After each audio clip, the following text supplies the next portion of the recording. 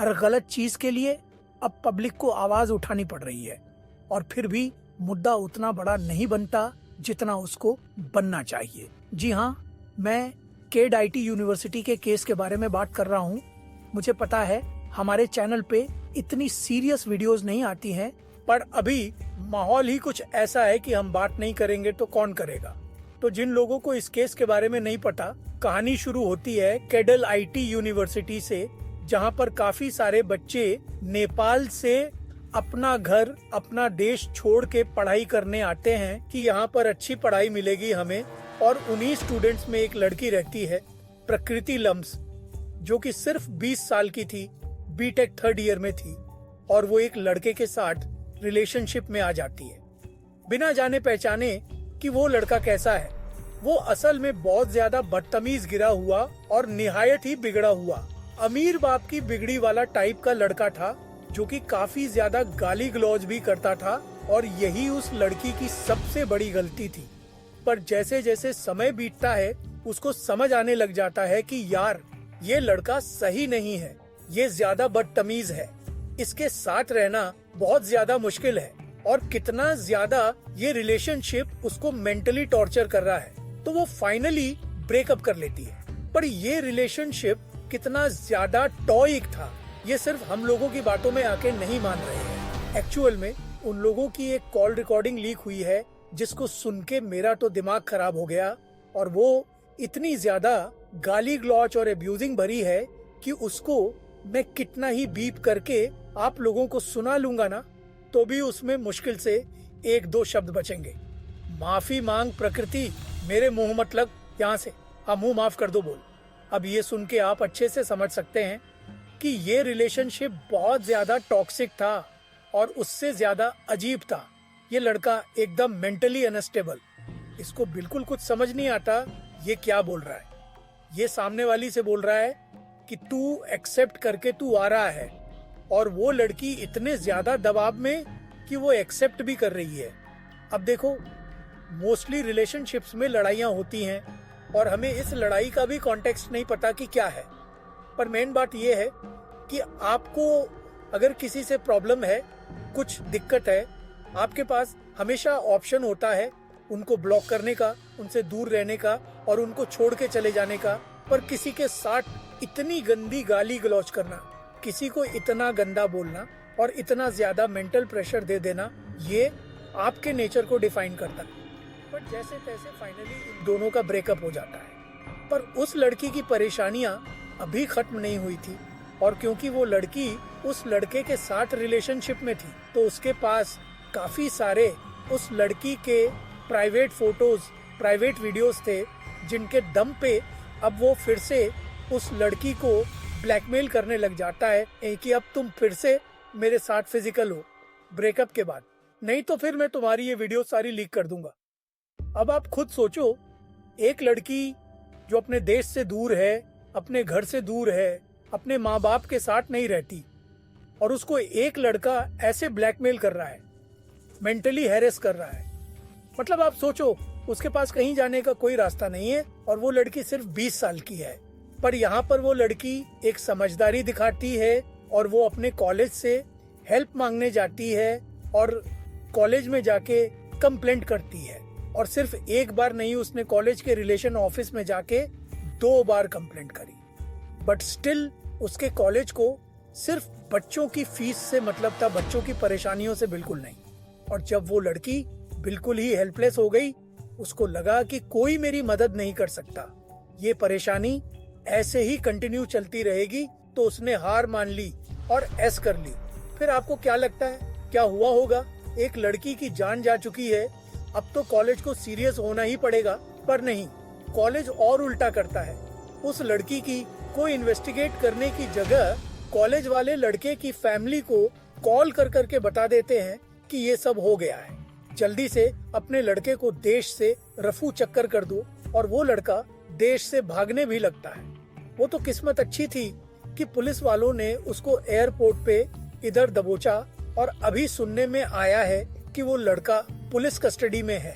पर सच क्या है ये किसी को नहीं पता, क्योंकि लास्ट टाइम भी पूर्ण पोर्श केस अगर आपको याद होगा, वहां पर भी शुरू में तो सबको अरेस्ट कर लिया था, पर बाद में उस केस का क्या हुआ किसी को नहीं पता। बाकी जो कॉलेज और हॉस्टल वाले थे वो इतने गिरे हुए थे कि उन लोगों ने उस लड़की की बॉडी भी हॉस्टल से हटवा दी, रातों रात वार्डन से कह के।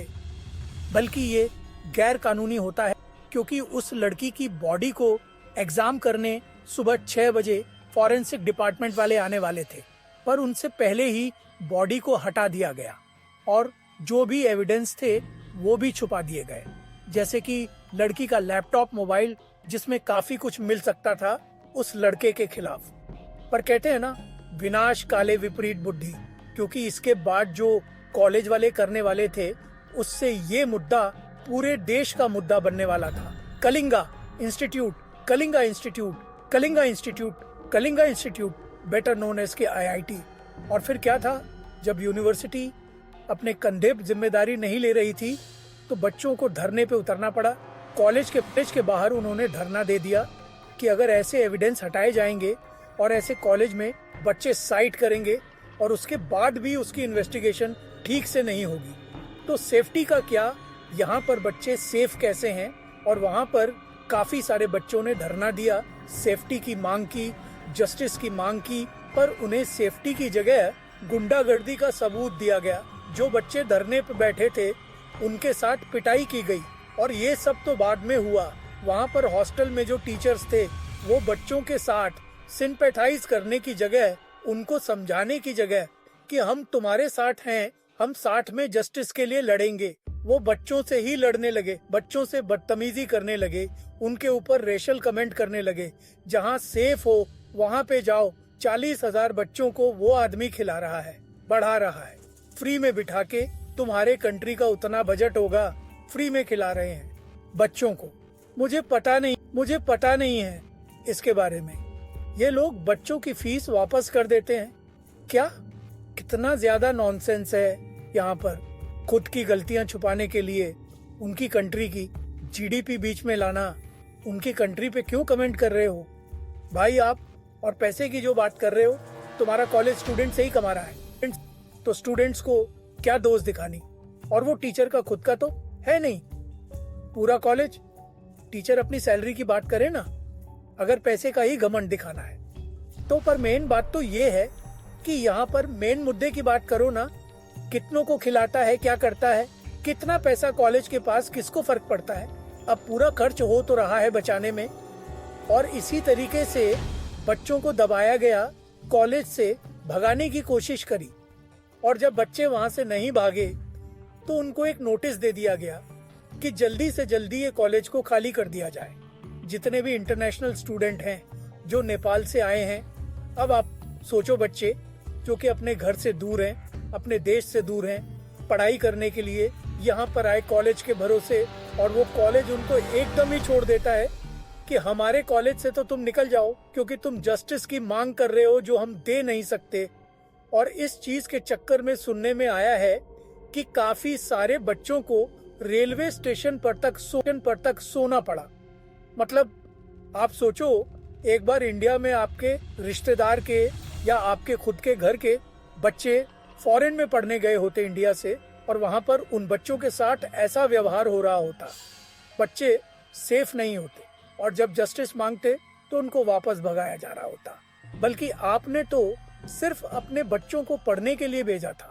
पर इन्हीं सबके बीच में सबसे बढ़िया चीज हुई कि ये सारा का सारा मुद्दा पहुंच गया नेपाल के prime minister KP Sharma Oli जी के पास, और उन्होंने जब इस मुद्दे को उठाया तो इस मुद्दे के बारे में ज्यादा से ज्यादा लोग बात करने लग गए। और अब क्योंकि इस मुद्दे पर ज्यादातर लोगों का ध्यान आ गया था, साथ में नेपाल के प्राइम मिनिस्टर का भी, तो इन सब से कहीं ना कहीं नेपाल और इंडिया का जो रिलेशन था वो इफेक्ट हो सकता था, उसमें दिक्कत आ सकती थी। और यहीं पर कान खड़े हो गए और पूरा का पूरा एकदम कॉलेज औकात में आ गया, और सारे बच्चों को वापस रिक्वेस्ट भेजी कि प्लीज बच्चों वापस कॉलेज में जाओ, हम दोबारा ऐसा नहीं करेंगे। पर नहीं, उन्होंने ऐसा नहीं करा कि दोबारा ऐसा नहीं करेंगे उन्होंने, बल्कि बच्चों से ही बोला कि ये ले फॉर्म भर और फिर अंदर आना, समझ रहे हो। ऐसा लग रहा था बच्चों की गलती है कि तुमने गलती करी है, फॉर्म भरो कि तुम दोबारा नहीं करोगे। बाकी काफी सारे बच्चे तो आ भी गए, पर जो नहीं आ पाए, क्योंकि एल पड़ोस में तो है नहीं कि पड़ोस के गांव में मुंह उठाया चले गए, किसी से ही बोल दिया कि जाओ, किसी को भी वापस बुला लिया। मन चाहा जब जो हो रहा है तो बच्चों को परेशानी हुई। ऑब्वियसली बेटा, अभी लोग आने के लिए को नहीं। आपको क्या लगता है? हम लोग 5 मिनट 10 मिनट दूर है, चल मैठल। जब मन चाह निकाल दिया, जब मन चाह बुला लिए, और इसके बाद जब दबाव बना तो एक्शन लेने के नाम पर इन लोगों ने क्या करा कि जिस स्टाफ ने बच्चों को था उनको जॉब से निकाल दिया, जो टीचर ने बच्चों के साथ बदतमीजी करी थी उनको अपॉलॉजी देनी पड़ी, और साथ में उनको कॉलेज से भी निकाल दिया, अभी सुनने में आया। पर यहाँ पर आप देखोगे तो ऑन ऑर्डर ऊपर से ही आते हैं।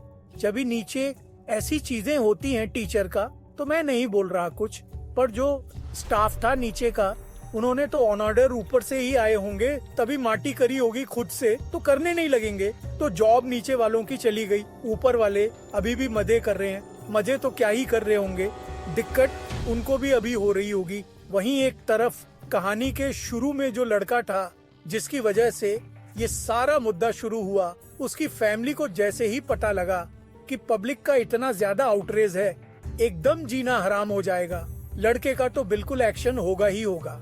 तो उन लोगों ने एक नया सीन चालू किया।